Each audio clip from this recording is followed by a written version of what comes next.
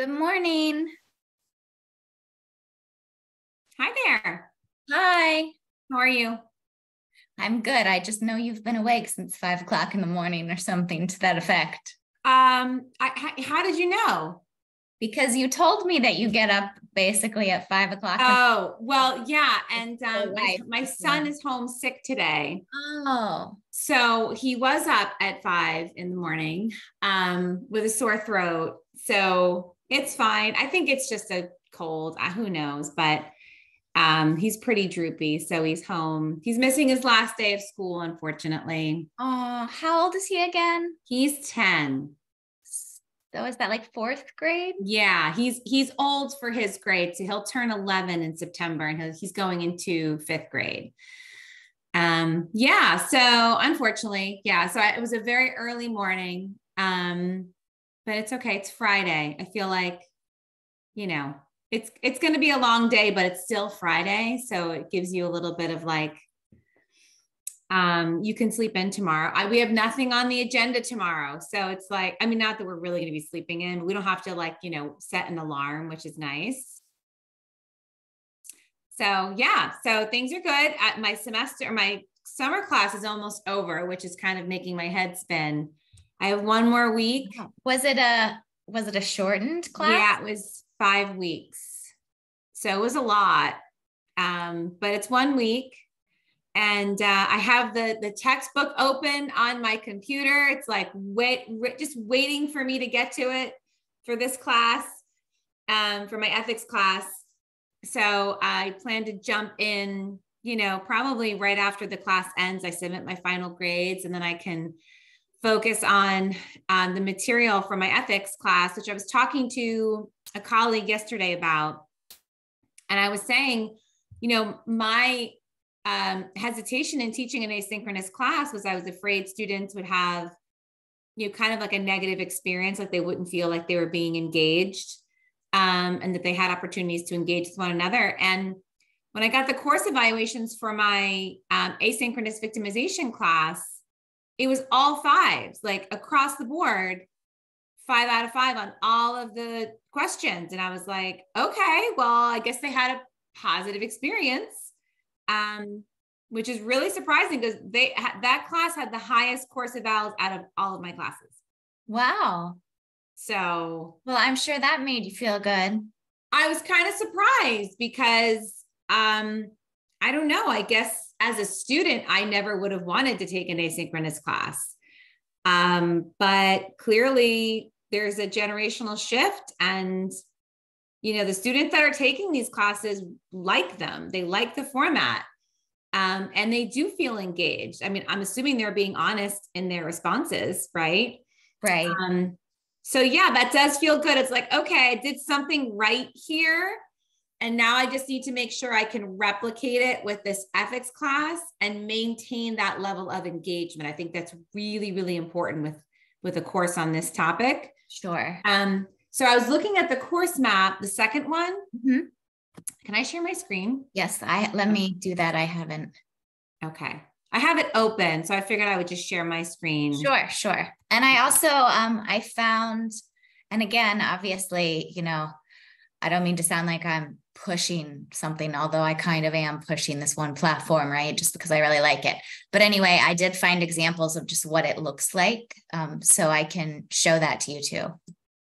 Of perusal, if we do like the video with comments or whatever. Oh, great. Okay. Yeah, I started kind of getting into the weeds I had like a few questions about like how to make my slides and my syllabus, what they say, accessible. Mm-hmm. Is that the word they used? That was one of the few comments I got back on my victimization course, was that the syllabus, I think that's what they said, needed to be accessible. Is that right? Yes. So essentially just what they mean by that, sorry to cut you off. That's okay. So obviously, or I think we've talked before about accessibility and kind of that accessibility like marker that's in the board, right? Yeah.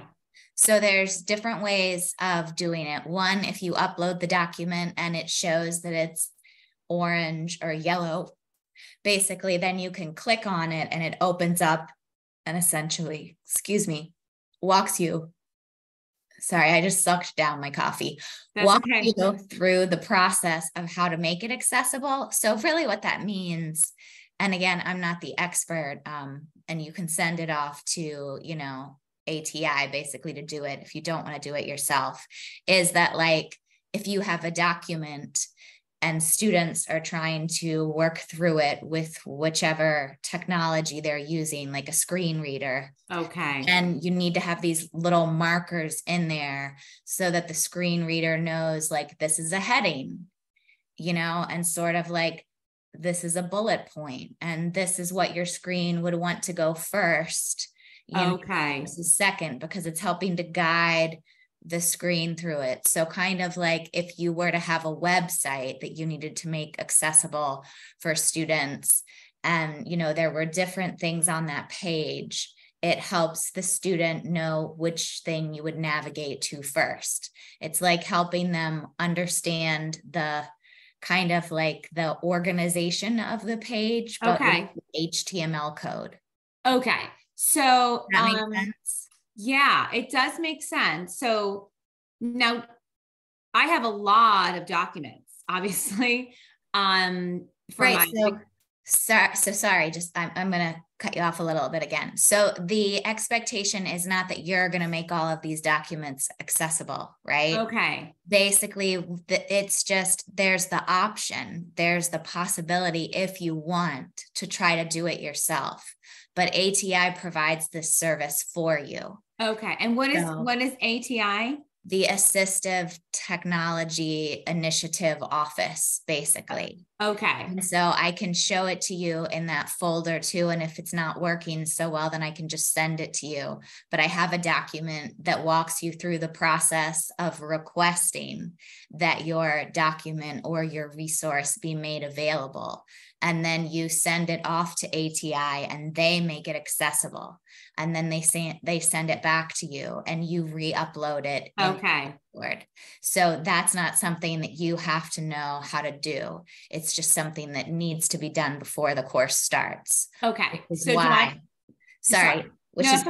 when it's going to start, since it's starting in the fall, it's kind of good once you've created something and you know that you're going to use it to just go ahead and send it off to ATI. Okay. So do I need to have two separate? So let's just talk about the syllabus, for example. Sure. Do I need to have two separate syllabi? No, you would just have the one syllabus that you create. And then you don't really know if it's accessible or not until you upload it to Blackboard. And then it takes a little while for that accessibility reader to sort of show. Right.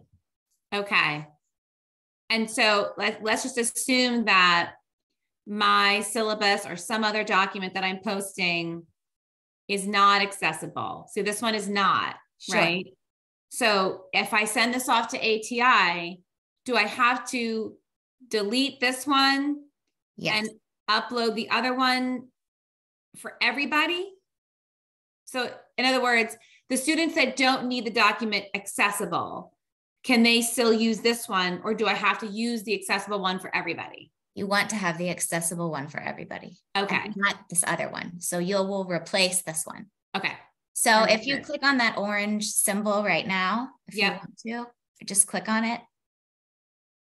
And we might have talked about this before. I don't entirely recall, so I'll just talk to you real fast. So you can see how it says that it's at 51%. Mm-hmm. And then it says this PDF does not have headings. So this is up to you, because some people like to learn about it and some people just want to send it off to ATI. And obviously if you're busy, you could maybe set a goal for yourself that you'd learn about such and such later, right? Okay. I know a little bit about accessibility, but I'm not going to go through and try to do this either, because, why would you do that when someone else, can do it in 10 minutes or 5 minutes? Right. So first off, if you wanted to know, so the big reason that this isn't accessible is because it doesn't have headings, right? Which basically is like that HTML code, so that the screen reader knows the order to go through this information when it's reading it to the student. So if this were me and I were just curious, I could click on, and you don't have to click on it right now. You don't have to click on what this means would explain that to you, right? And then if you click on how to add headings, it should kind of walk you through the process of how to add headings. So then I believe what you would do, because I haven't tried this myself, is you'd go through that process and then essentially, you would upload this version with headings. What I would do then is make sure that this other one is deleted. But anyway, maybe have a goal for yourself later on if you want, because I know that you're a lifelong learner, just like the rest of us, that you might want to learn like about one of these things later, just because it's sort of nice to know that you can. Yeah. But at the same time, what we would really do is we would just send this off to ATI. Okay. So now I have a quick question. So when they mean headings, I think I know so what do they mean by a heading? Like, where would the heading go? It means like, so there's some kind of code behind documents, right?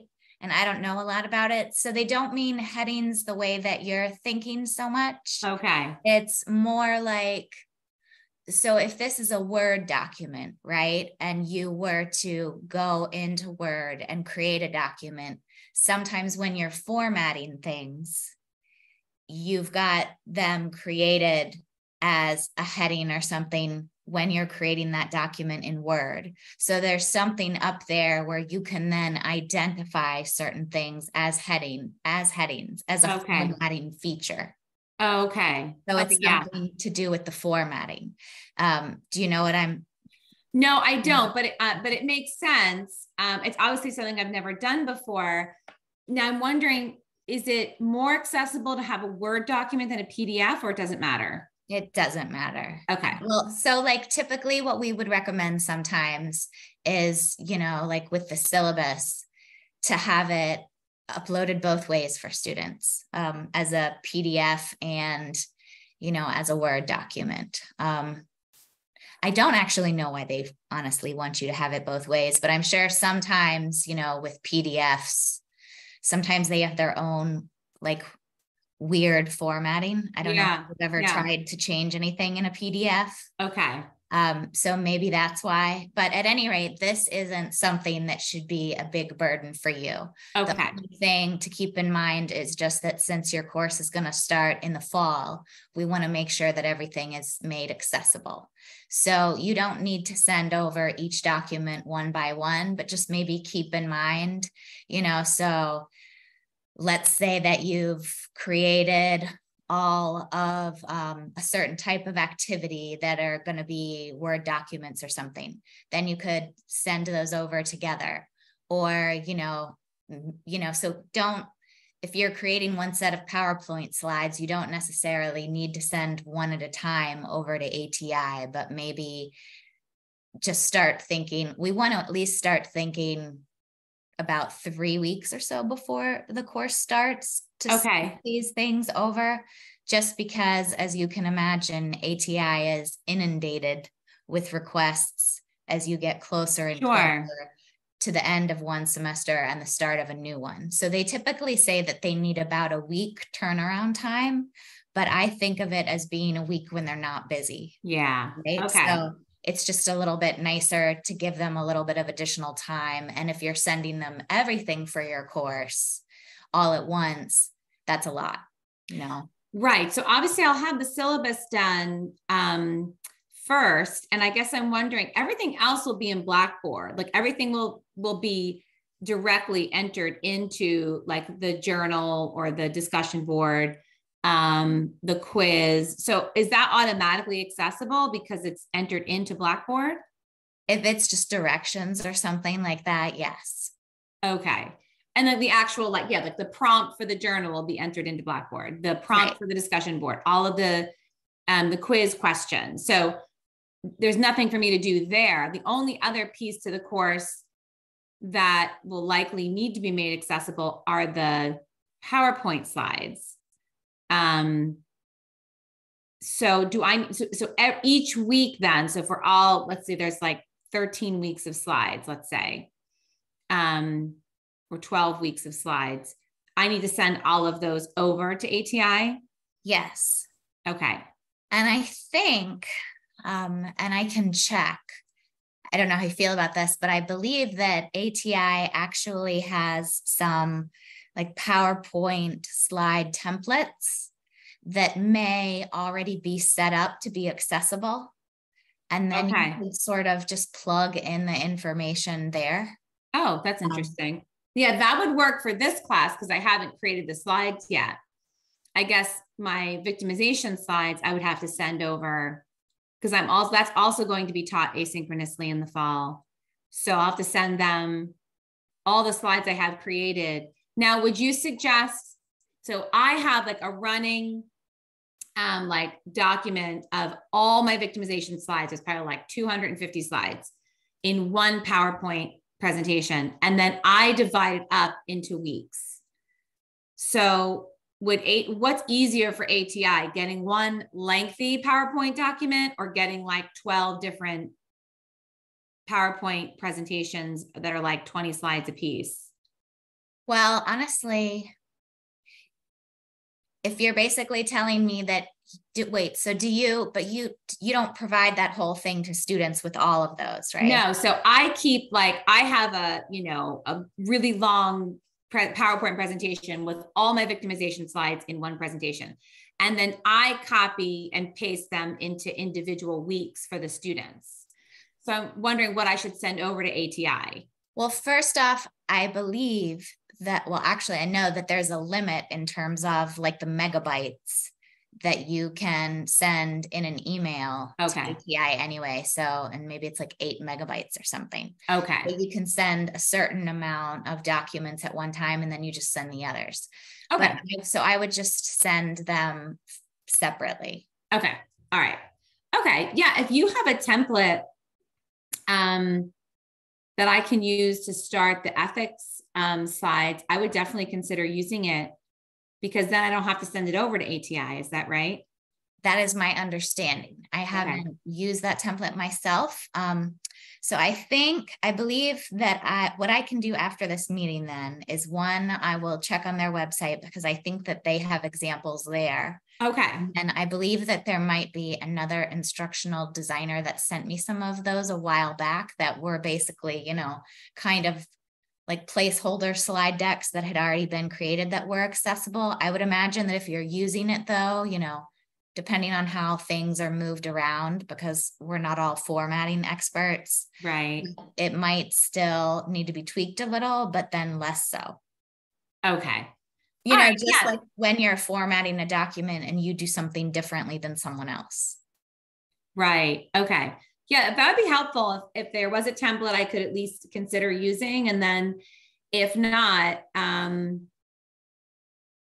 wonder if it would be useful to reach out to ATI before I start creating the ethics slides, just to get any guidance that they may offer in terms of what I can do as I'm creating the slides to increase their accessibility. I'm not sure if that would be useful or worthwhile. Sure. Well, I'm pretty sure, I just don't want to waste your time, looking around right now. I'm like 99% sure that I just need to Google it and look around a little bit, and somewhere on one of those ATI web pages that there's a template of. Okay. So I know that there's one somewhere. I just have to find it so I can email it to you. All right. I'm going to jot down a note for myself to, so for my 404 and 306 syllabi to send them over to ATI. Okay. All right. That's easy enough. Right. Okay. So I did want to talk for a minute about this second course map. Sure. And just one more thing about that, by the way, when it comes to the syllabus, it might not be the case, but typically we recommend, you obviously don't want to send it over until you know it's the final version. Right. So as we're working through this class, I imagine that some things may change a little bit, maybe you score things or something. So, and a syllabus isn't that long of a document. So we just really don't want to send it over until you know that it's absolutely final. Okay. Sounds good. Okay. I know what you were saying. Yeah. So obviously I know I filled this out last summer. And I guess my first question, I think I'm clear on this part here. I think it was,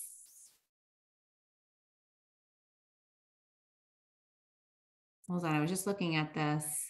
So I have all the modules and the objectives for each week. I think it was these guiding questions. Now, should I answer these questions individually or just think about them as I'm filling out the form? They're just like guided questions. Okay.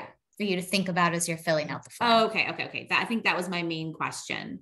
So now, do you want me to insert what I could always just copy and paste the course schedule here, right? Pretty much. Yeah, because it has like all of this, the topic, the assignments, the due dates, the objectives, all of that. So that piece is done. It's more, and I guess I don't know for sure, and I could always just, write up a draft and then edit it as needed. I mean, I'm pretty sure the only thing they're not going to be doing is creating anything per se. So I think the rest of these all apply to what I want them to be able to do in this course. And probably what I should do is go back to the one I created last summer and just use it as a guide for this one. But I guess one of my questions is, I'm assuming I don't have to identify each of these. It's just, I can just say, you know what, we're not going to be creating anything and just leave it at that. That doesn't have to be in there. So these are just the broader terms, right? So like these 5 or 6 words aren't specifically the words that you necessarily need to use. So I have some links. I can just put them in the chat really quickly. Okay. If you let me take over with the screen. Mm-hmm. And then that'll give you more options for the language that's being used. Okay. Essentially, basically what we just need to do, is like I've taught in the past as well, right? And so with this idea of backwards design or backwards planning, it's kind of the reverse. So typically when you're thinking about the course, or at least when I used to be a teacher, I didn't necessarily create the test until later, or the objectives until later. But the point is that you want to make sure that the activities that you are creating actually support the goal that you have for students in terms of their performance. Right. So that's where like you might already have a course that you've created, but what we sort of want to do is think to the end.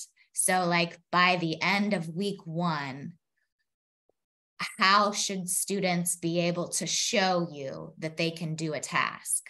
Right.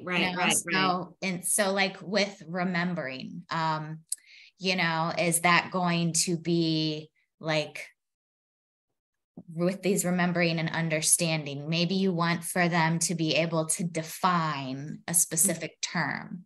Right. So maybe that's the action that they're going to take. That's kind of that lower level critical thinking skill. Okay. Maybe you want for them to be able to outline something. So then that would be the objective that's being used. So It's sort of like what is the measurement that you are going to use to have students perform, to show that they can perform that skill? And so obviously the performance level is going to vary. So since this is a 300 level course, you're going to be moving further along in the critical thinking skills than maybe if it were a lower level course. And I'll share with you these links in a minute. I'm just trying to help explain it better. No, that makes sense. So, that would also kind of mean as these weeks are going, as you're going through the weeks, the objectives are kind of going to become, higher level with time, because they're building upon these skills, because you have to be able to define something, before you can compare and contrast it. Right. So maybe in week 10, they need to be able to compare and contrast these particular concepts. Whereas in week 2, you need to make sure that they can define them first. Right. And so that's the language that you would be using. Okay. Yeah, I like that. I'm jotting this down. That makes sense. And I already, based on my review of each of the chapters, for, if for each week, I already have a sense of what I kind of want them to get out of each of those chapters. And so I just need to think about how I want them to show that, right? Whether it's defining or outlining or applying a concept or analyzing a concept.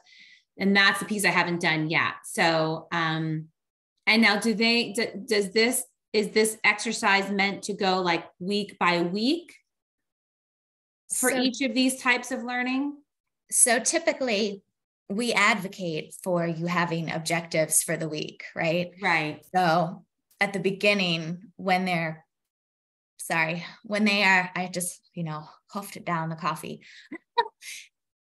I don't get up at 5 a.m. I admire you that you can. Yeah. At any rate. It's not easy for sure. A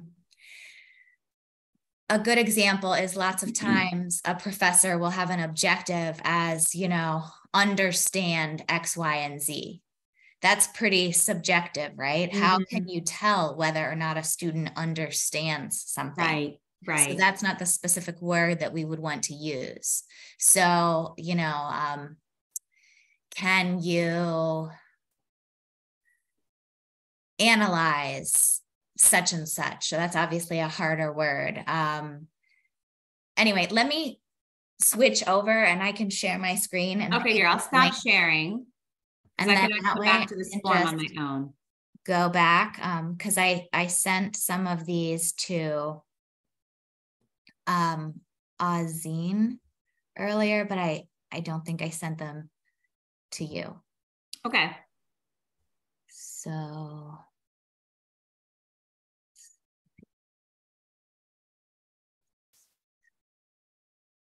sorry, I just need to That's okay. I'm jotting down my own notes here so I remember the things I want to work on. Okay. I have like piles of stuff on my desk here, trying to keep myself organized.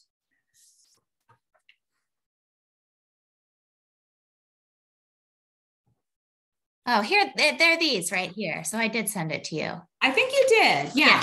Okay. I wasn't sure if you were talking about the same thing. So it's from the 6-7 meeting, right? So if you go through these individual links and you click on them. So Was that an email that you sent? It was in an email from Thursday. Yeah, I remember. The 8th. Okay, hang on. Why is this still open? Let's see. Hang on a second. Can you see my screen? I don't think I can. Hold on. Okay. No, I can't see your screen. Are you looking at them now? Right. But I probably just didn't, sorry. Share. Right.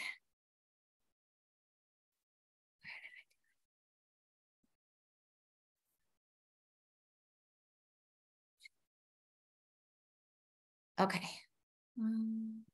Okay. So here's an example, right? So when we're talking about not, understand. So instead of using the word understand, these are examples of words that could possibly be chosen. Okay. Right? So, but it kind of depends on the difficulty level.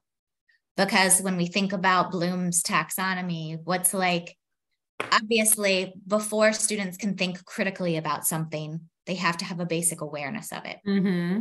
Right? So there are a whole bunch of different examples of verbs, like, verbs showing a competency that you want for students to have. And so basically you want to pick the right verb that correlates to whatever task students need to be able to perform at the level that you want them to. Okay. That makes sense. Right? So like, if you're going to have a reflection activity, that's pretty easy, reflect.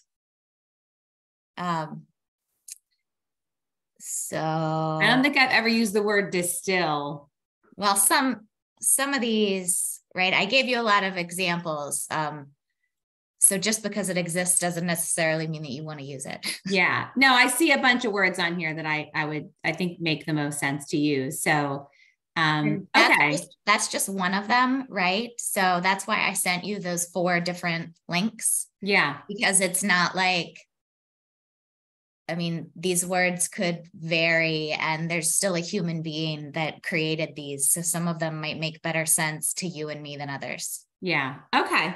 All right. So that's in the email from June 8th, right? Yes. Okay. Awesome. All right. And So that's why there's more than one link, because there's not just like a magical set of specific verbs that you have to use. And there's more than one version of Bloom's taxonomy. Okay. There's like an updated one. And if you were to Google it, just Bloom's taxonomy, I'll just put it in there. Not that you don't know how to spell it, but nonetheless.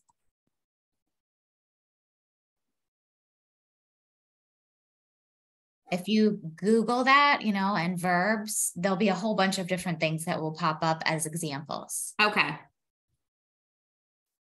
And so that's where, because your course has already been taught before, we just want to essentially, since you've already got a lot of this, right? You can look at the content, you can look at the assessments, and you can think, because you've already sort of created it, okay, look at the verbs. What do I want students to be able to do? Like, is what I'm teaching matching up? Yeah. So like after they've, read this, will they be able to do this skill that I'm testing them on? Or do they need more help learning it? Okay. So yeah. No, that makes sense. So, obviously if students are just listening to a lecture and then you want for them to be able to create something in the end, there might be some kind of activity that you need to have them practice with before they'll actually be able to create this other thing that you do an assessment on. Okay. I think that makes sense. I need to give it a little more thought in terms of like module by module, what the, kind of main or primary tasks are given what I want them to learn, right, or be able to do at the end of that module. So, yeah. And what I'll likely do is I'll probably just start out with week 1. And once I get into the text, I think it'll be a lot easier for me and I may end up revising those learning objectives that I have in the syllabus, after I really get into the book and say, you know what, this is not as important as the other ones, and just take it out. And then that will help me to design the weekly assignments.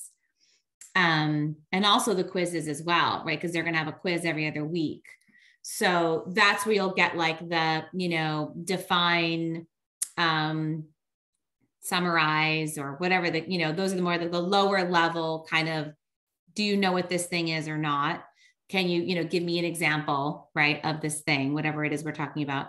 And then maybe the journals or any other assignments that I assign are more of the critical thinking, reflecting, comparing, contrasting, that sort of thing. Right. And part of this, so there's several purposes to this, right? So one would be, for instance, let's say you have a student who takes this class and they don't do well, right? And then they complain and they're like, teacher, this wasn't really covered in order for me to be able to do this task.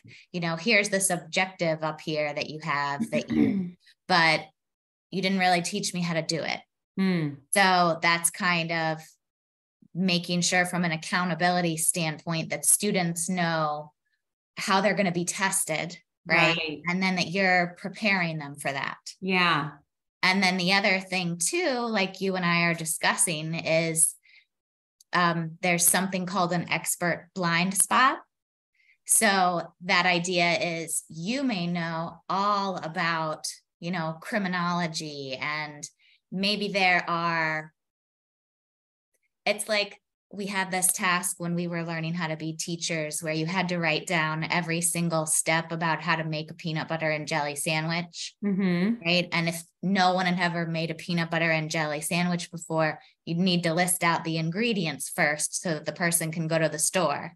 Right. And if they were actually following this whole process, if you put it out step by step. It takes a really long time to explain to someone how to make a peanut butter and jelly sandwich because they have to get the bread out, then they have to separate the slices and do all of these things. But because you're an expert, you're an expert peanut butter jelly sandwich maker, and you have children.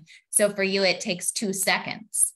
So you don't even think about these other steps, or maybe you skip them. Maybe you don't need them anymore. But for someone who's never done it before, they need all of those steps. Yeah. So this kind of helps with this whole idea of what students need to learn, going back to being new to learning that concept again. When you're thinking about these Bloom's taxonomy verbs and this process, we just want to make sure that as you're creating the content for your course and for whatever the goals are for the students, to be able to demonstrate their mastery of X, Y, and Z by the end, that, they knew you had to take out the 2 pieces of bread. Right. No, I like that. Would you call it the expert blind spot? Yes. Yeah.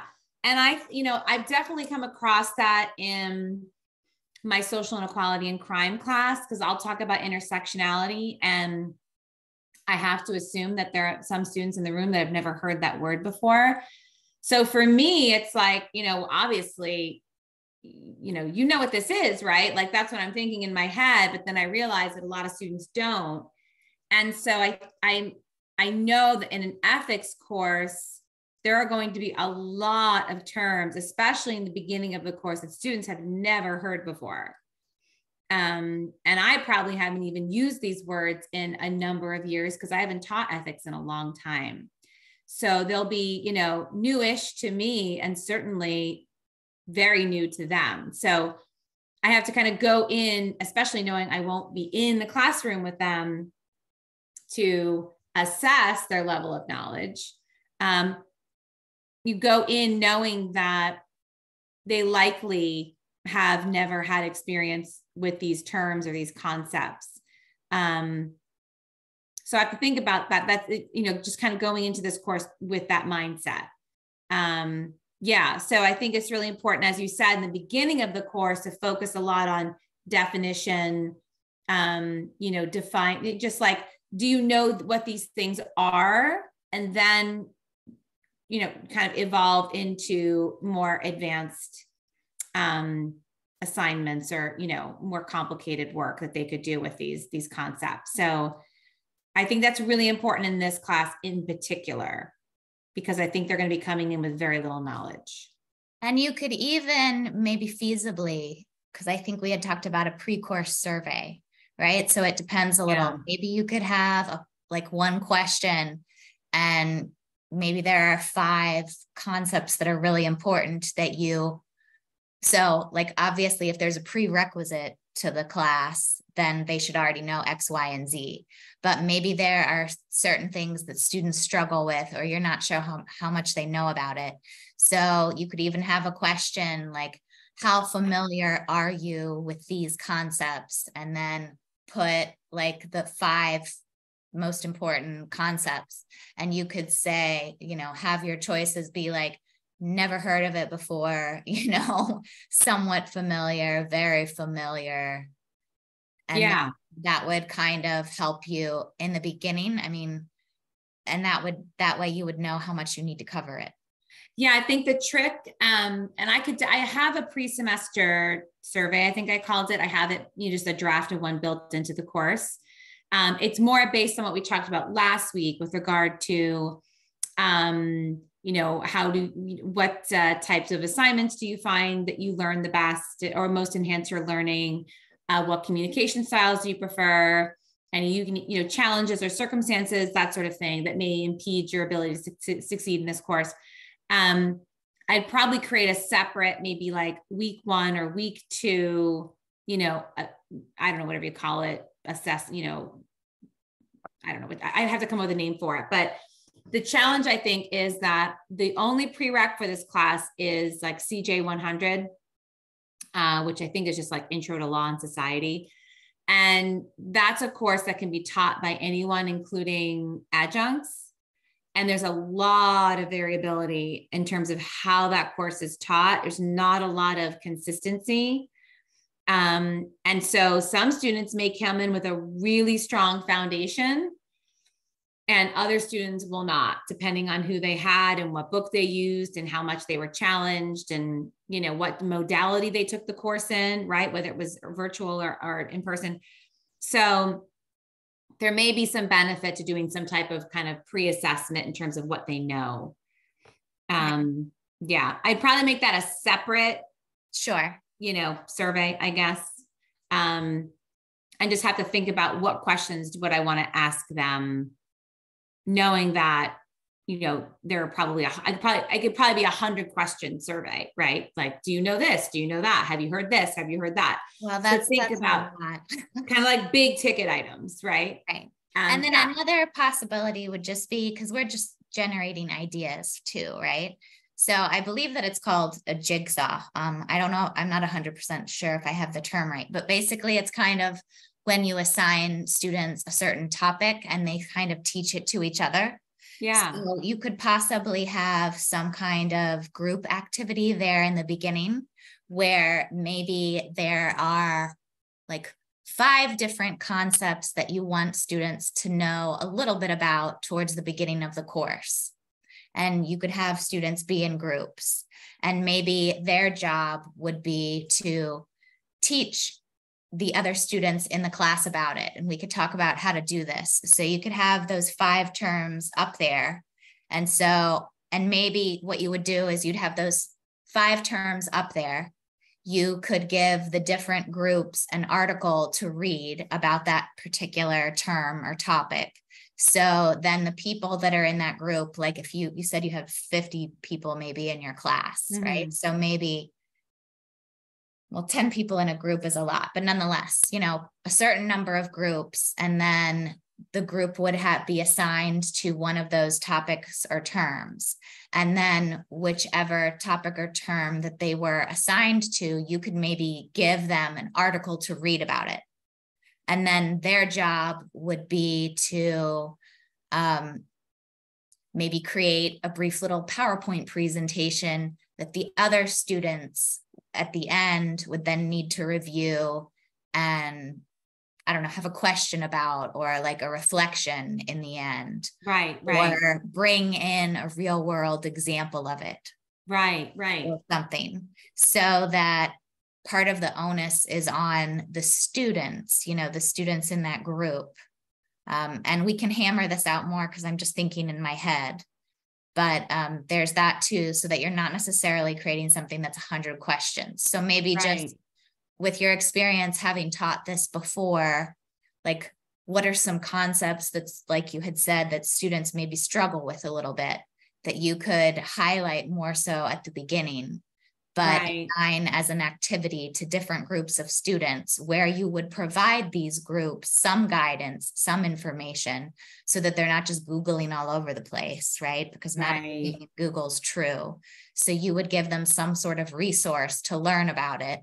Then after they've read about the resource, maybe they need to come up with a real life example.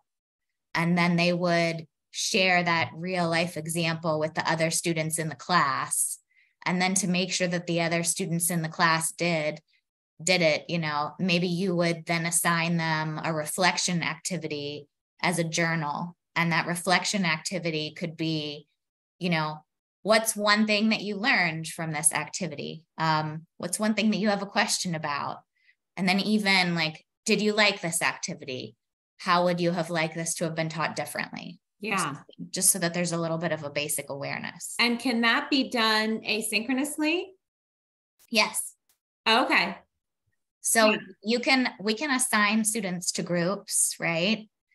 And then just that group would be able to have access to, like, we could have a discussion board, a group discussion board with separate groups. Okay. And then those, and I can show that to you later. And then those separate groups would be given like different articles, like maybe one per group. And then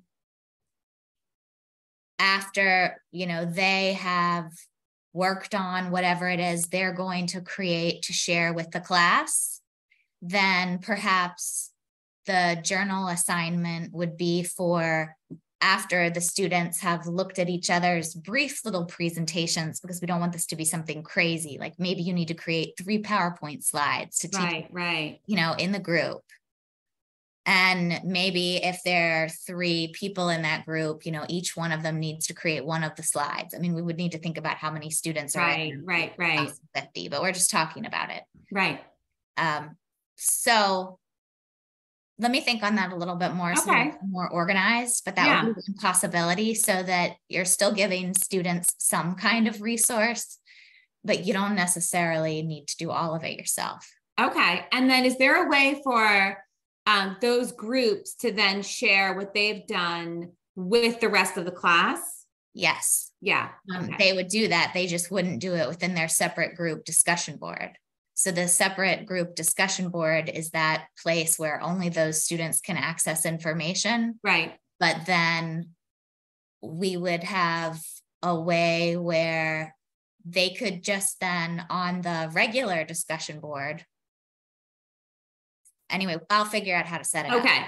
Yeah, that's what I'm wondering. Like if they create something, let's say it's a brief PowerPoint as a group, and then I want them to share that with the rest of the class. I'm wondering how you do that on Blackboard. So one thing I know we do, so then basically what we could do is there'd be the group discussion board where they're just talking amongst themselves and it's private and other people can't access it. Right. Then in the whole discussion board, the whole class discussion board, essentially we could have students agree in advance out of that group which student from the group would be responsible for posting it to the whole class discussion board. Got it. And then there would be directions on Blackboard so that the students would understand, and they would know that they need to click on such and such to see these slides.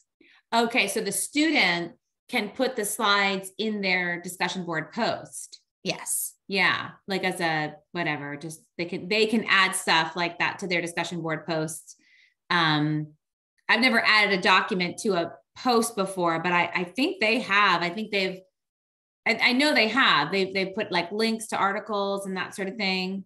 Yeah. They definitely have, because I've been an online student in Blackboard before, and we've had to do that where we have to share things with other students and look at each other's work. And it would primarily be done on the discussion board. I mean, there's various tools that can be used, but that's the first one that comes to mind for me. Okay. Yeah, that's interesting. I think that might be something like that would be helpful for this class in particular, because I would like them to have a certain level of engagement with one another, perhaps beyond the full class discussion board, because I do anticipate it'll be a large class. So if there's a way I can break them down into these smaller groups, even if it has to be, like 10 students, it's better than 50. Right. I like that a lot. Yeah. So I have to think about, and that can even be, that could count as like a journal grade, right? I'm calling it a journal, but a journal can mean a lot of different things, right? It could be a personal reflection. It could be a summary of the chapter. It could be a PowerPoint presentation that you work on.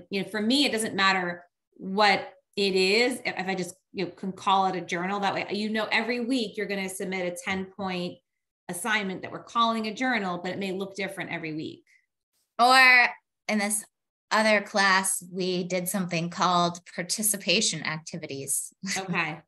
Yeah. Because using that word journal might confuse some people if they're like, I'm not writing in a journal. Right. Yeah. And I already kind of play with that term a little bit in my courses now, because some weeks it's a true journal, like read this article and tell me what you think in terms of the best way to prevent gun homicides or something like that. And that to me feels more like a traditional journal. But in other weeks, I'm asking them to kind of, summarize material and, maybe like compare and contrast a couple of different things, which feels a little bit different than a traditional journal per se. But I see your point that, depending on what the nature of the project or the assignment is, maybe not call it a journal, call it something else. Yeah. I'm just thinking so that you won't be, inundated by students that have questions. Because I'd be that student, teacher, is this a journal? Right.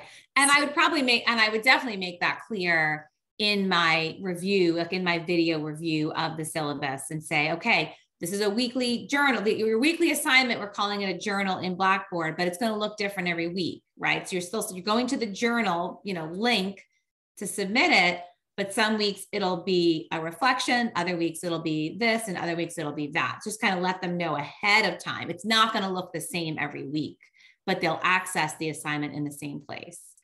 Right. Yeah. So I like that idea though. I do like the idea of them having smaller groups to engage with one another, especially if this class is going to be large. Right. And for larger classes, that's typically when we break students off into groups for things. Yeah, I like that. Okay. And then sometimes too, depending on it, we can also have the rubric organized so that instead of basically having to go through 50 different responses and give students 50 different grades, then you're really just giving students a group grade. Oh. So then that gets a little trickier, but that's when you could potentially have roles assigned. Okay. Students within that group, or have just like very clear parameters, because when students are assigned to groups, sometimes there's one student who does everything and another student who does nothing. Yeah, that's always been my experience. I've never been in a group as a student. I know it's different as faculty, we all pretty much pitch in, but as a student, in all of my years as a student, I've never once been in a group where it was equitable. And I was always the one to do more work. And I see my daughter going through that now as a high schooler. The dynamics have not changed. Like there's always going to be the person who disappears. And there's going to be some people that do a little bit, but not enough. And then the person that wants the A is going to pick up the slack. Right. Yeah, that's always been my experience. But I have to think about, how to assign grades, knowing that it will be a group effort. So that, right. So I'll have to give that some thought. So another way to do that too, because, that's part of my job responsibility as well, right? Since I don't know so much about the content, just helping you sort of come up with ideas. Sometimes what we have, let's say that students are going to be in the same group, throughout the semester doing these different things. Mm-hmm. There can be basically, you can let students know that ultimately at the end of the semester or at the end of this activity, there could be like a Google form or something that you create, that you send students, that has a couple of questions about it. And the students basically get to kind of like rate their classmates. Yeah. Yeah.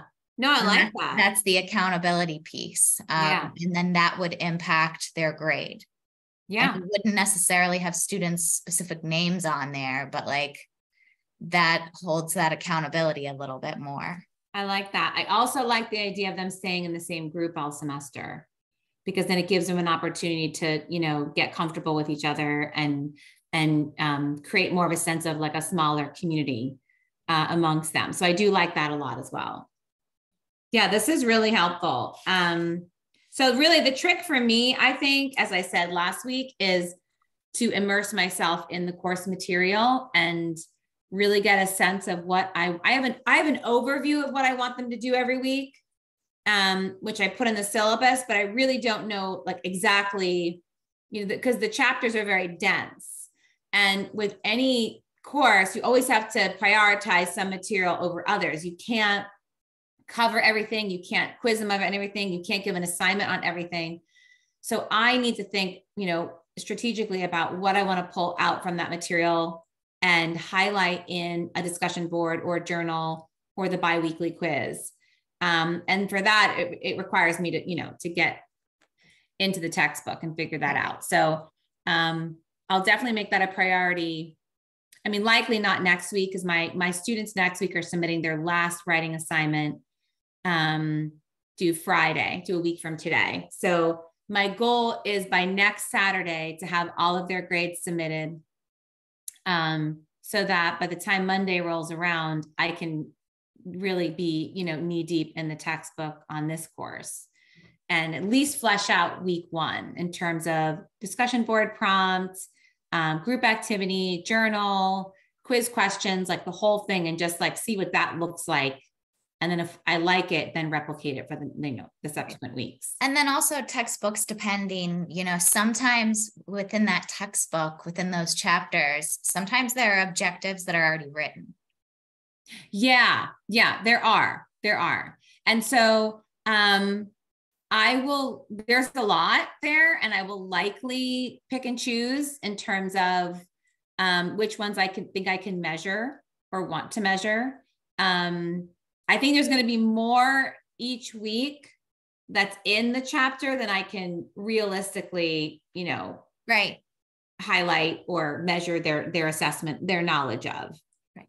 Well, that's one of the skills too, right? We don't want them to have content overload. Yeah. When you're thinking about, you know, students' memory and what all you want them to learn. Absolutely. And I'm a big believer that less is more. I find that when I give my students, you know, a 12-page article to read, they're more inclined to read it than if I give them a 25 or 30 page. So, I try not to throw too much at them in any given week.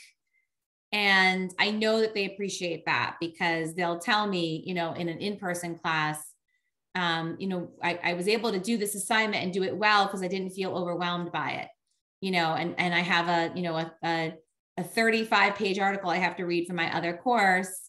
And I haven't even started it yet. So I know that students have told me that they actually appreciate something that's a little easier to manage, if you will. So since we don't have much time left, if it's okay, I'm screen sharing. Can I just pull over real quickly? We don't have to talk about it, and I'll put the link in there, but I just wanted to show you about this possibility with videos and Perusall. Yeah, sure. Okay. So first off, I'm just going to go ahead and put this link in here just so that you have it. Oh, okay. And this is what you're going to now? Yes. Okay. And if you just want to open it, just in case I forget to email it to you later. Okay. Just so that you have it. Yep, I got it. Okay.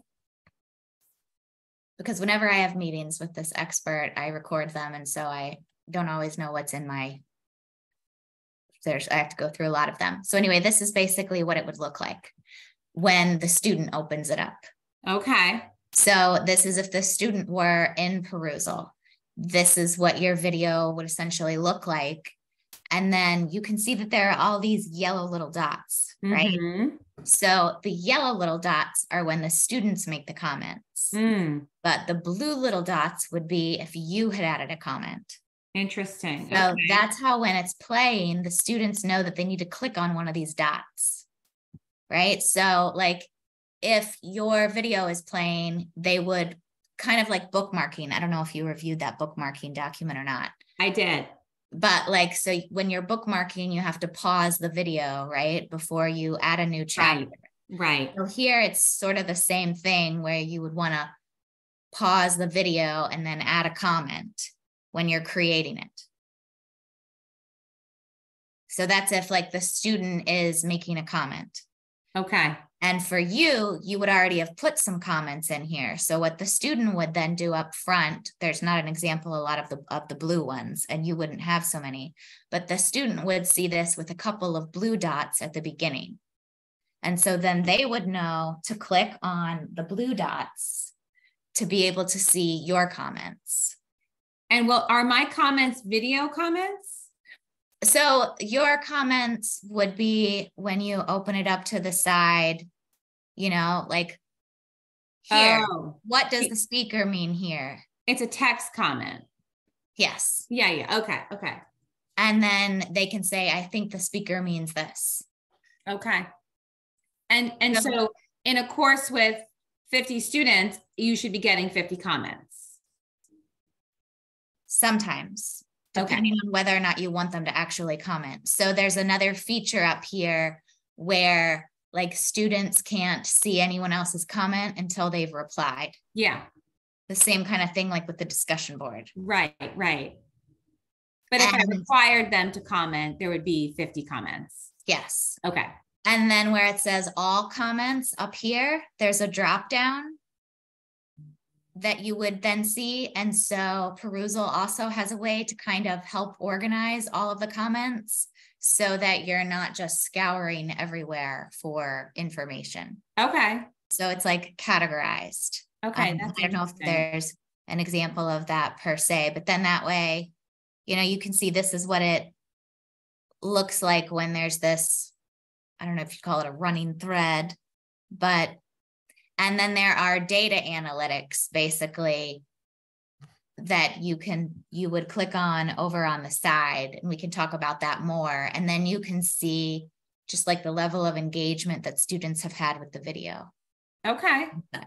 So, but part of the reason again that I'm telling you this is because you had said, you know, if you were just going to create a 5-minute video that's just an introduction to the week, then there's not necessarily a lot of engagement that students would need to have. You know, if you were just going to say this week, we're going to cover X, Y, and Z, it relates to last week in the sense of such and such, you know, last week we covered the following, and, you know, this is what we learned. And this week we're going to think about that, but in a different way.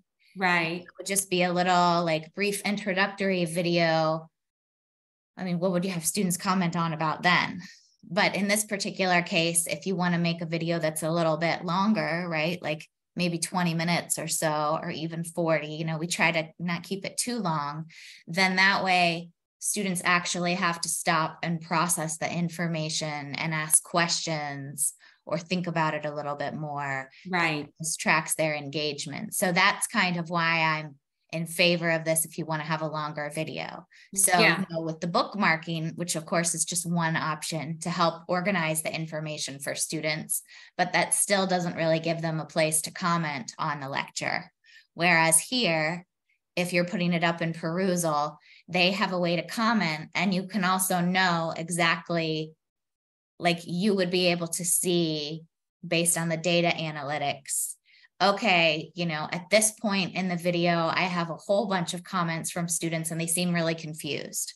Right. So I need to go back and talk a little bit more about this. Right. And my weekly wrap up announcement, maybe I'll just say, you know, I noticed from your comments on the lecture this week that there was a little bit of confusion over X, Y, and Z, and then maybe you would reword it. Okay. Yeah. And so I know my weekly videos are definitely they're more like a review of the material. So they're probably going to be about 20 minutes. I think it's hard to cover as much as I would want to in less than that.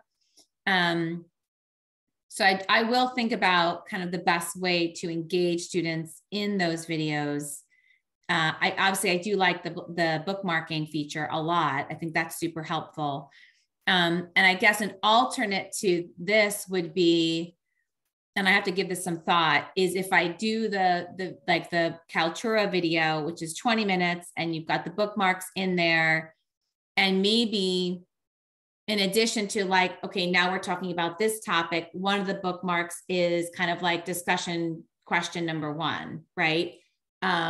Or something like that, so that in the video, I'm mentioning the discussion board prompt for that week and kind of where I want them to take, you know what I'm saying? So it's not like they're not commenting in the video per se, but they're going to listen to the video and know what the prompts are to direct them to jump onto the discussion board to have that conversation, if that makes sense. Right. I hadn't thought about it being used that way, but it's pretty clever.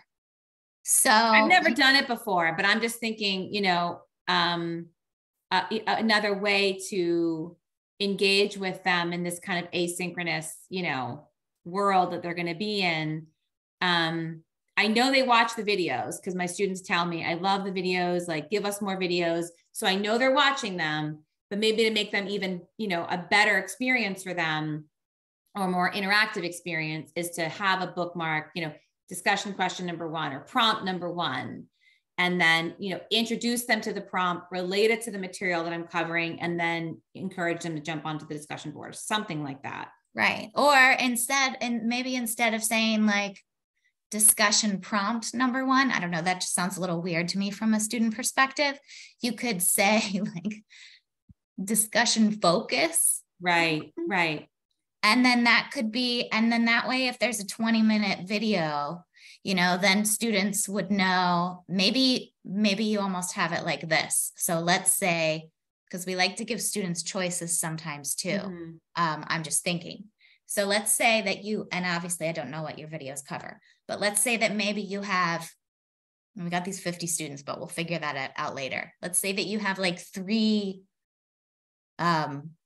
big ticket items or something. I don't know, big ticket item number 1, right? And so there within your bookmarks, you've got it labeled big ticket item number 1, a little bit later, big ticket item number 2, a little bit later, big ticket item number 3. Mm-hmm. And then you have these students in their groups or something. And then one of them has to come up with some activity about something about big ticket item number 1 to share with the whole class. And then another one has to come up with big ticket item number 2 and something to share with the whole class. Right. And number 3 would do the following. Or you give students the choice, and on the discussion board, they can choose if they want to address the first prompt, the second prompt, or the third prompt when they're talking about whatever that prompt is. Yeah, I like that too. I like the choice aspect because I don't have that currently. Everyone answers the same prompt, but I do like the idea of giving them at least, 2 different choices within any given week and building that into the video. I like that idea a lot. But I think that's kind of neat.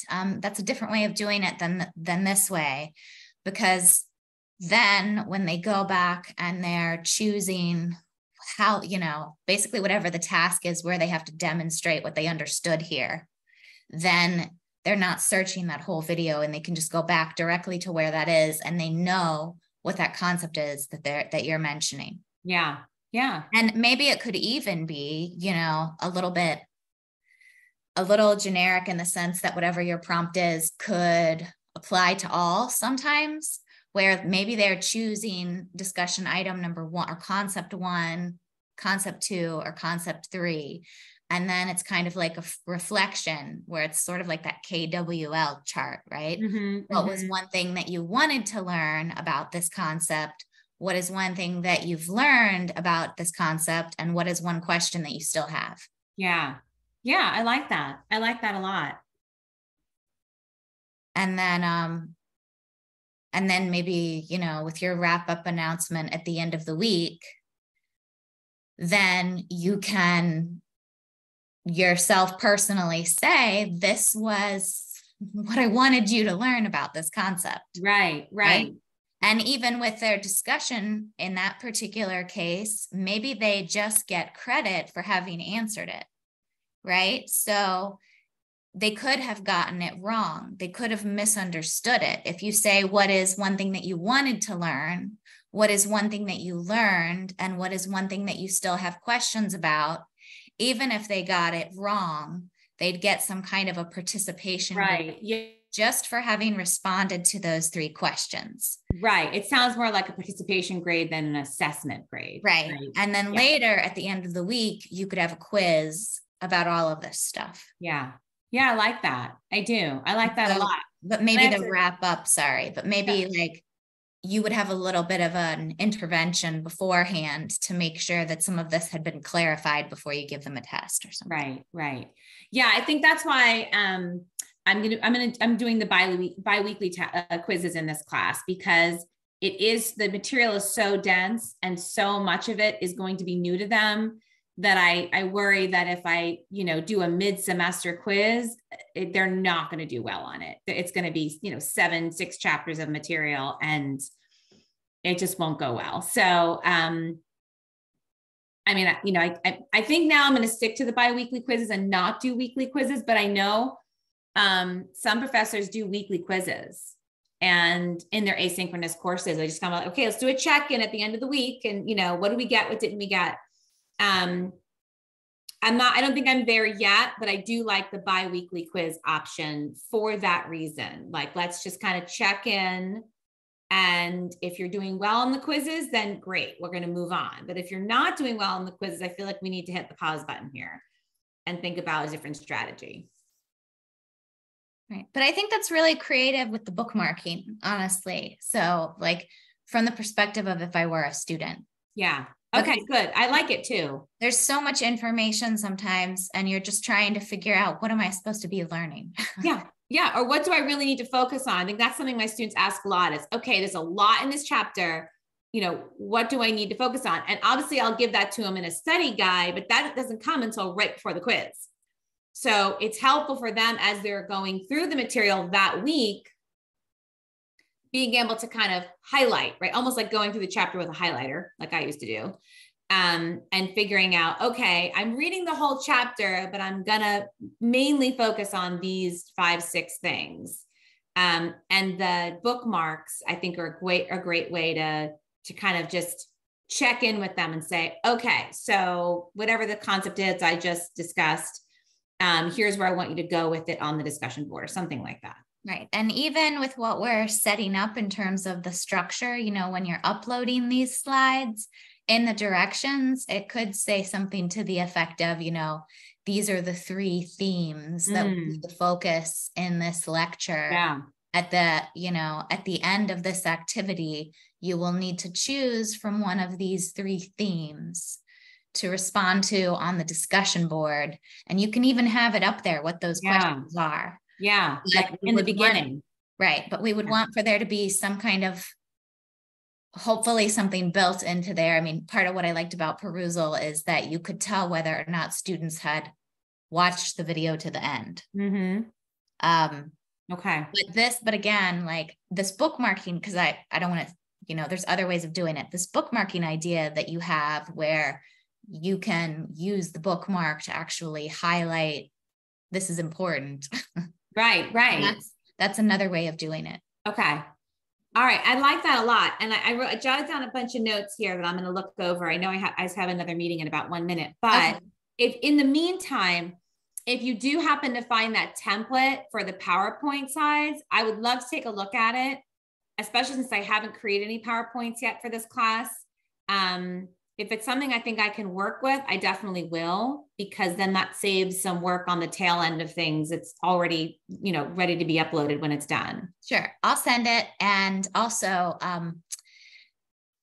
if you have a quick second, can you go into OneDrive real quick? I just want to make sure you can access something. Oh, sure. Hang on. You want me to share my screen? Yes. Okay. Hold on. Why is it not letting me? Oh, there we go. Okay. So if you go into basically the view only version, so just go back to this, go 1 layer back, I guess. So here. 1 more. So there should be one that's not can edit, but just said can view. Do you have access to that one? Where would that be? I guess it should have been here. Well, maybe I need to resend it. Let me do my screen share. Well, anyway, basically I'll send that whole thing to you again, but basically I just wanted to point out that there's a document about the ATI process. Oh, okay. Where you would submit things, where I screenshot it out for how you send off things to ATI. So I have a lot of documents like that are step-by-step. So I'll make sure that I send that to you. And then I should be able to find one of those PowerPoint templates. So I'll send that to you too. Awesome. Okay. So, thank you. Are you going to be able to make the meeting on Tuesday that was changed? Did you see that about the time? The little tutorial, because my supervisor had forgotten that Monday is a holiday. Oh, I didn't see that. They changed it to Tuesday? Did they send out an email? They did. Did you not make the list? I don't think I got that email. Okay. So it's not happening at 1 o'clock on Monday. No, it's going to happen on Tuesday. I will make sure you get sent the invite. If for some reason you can't make it, they are going to record it. Okay. But so I'll make sure that I send you that too. I am teaching on Tuesday. It's 1 to 2 still. I think that might be, I don't know, but if you Okay. can't make the meeting, they're going to record it. Okay. All right. Just make sure that at some point you watch the recording, because those are the actual experts on that particular concept. Okay. And I'm sorry that they made that mistake, because they forgot about Juneteenth. Yeah, I don't think I'll double check, but I don't think I got an email letting me know it changed, because I still have it in my calendar for Monday at 1.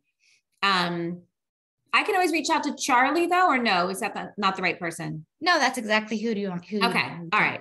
I'd like to try to make it. I'm done teaching at like 12:30, and then I have another meeting at 2. I'd have to find a place to jump on a virtual meeting in between, but I might be able to make it happen. Okay. But don't over stress about it, because that was our mistake. That's okay. And then if they record it, where will the recording be for me to access? They'll email you the link. Awesome. Okay. Okay. Thank you so much. I really enjoy working with you. I hope you have a great rest of your day. Thank you. You too. I'll see you next week. Good luck. I hope your son feels better. I'm going to go check on him. Yeah. Okay. All right. Okay. Bye. Bye.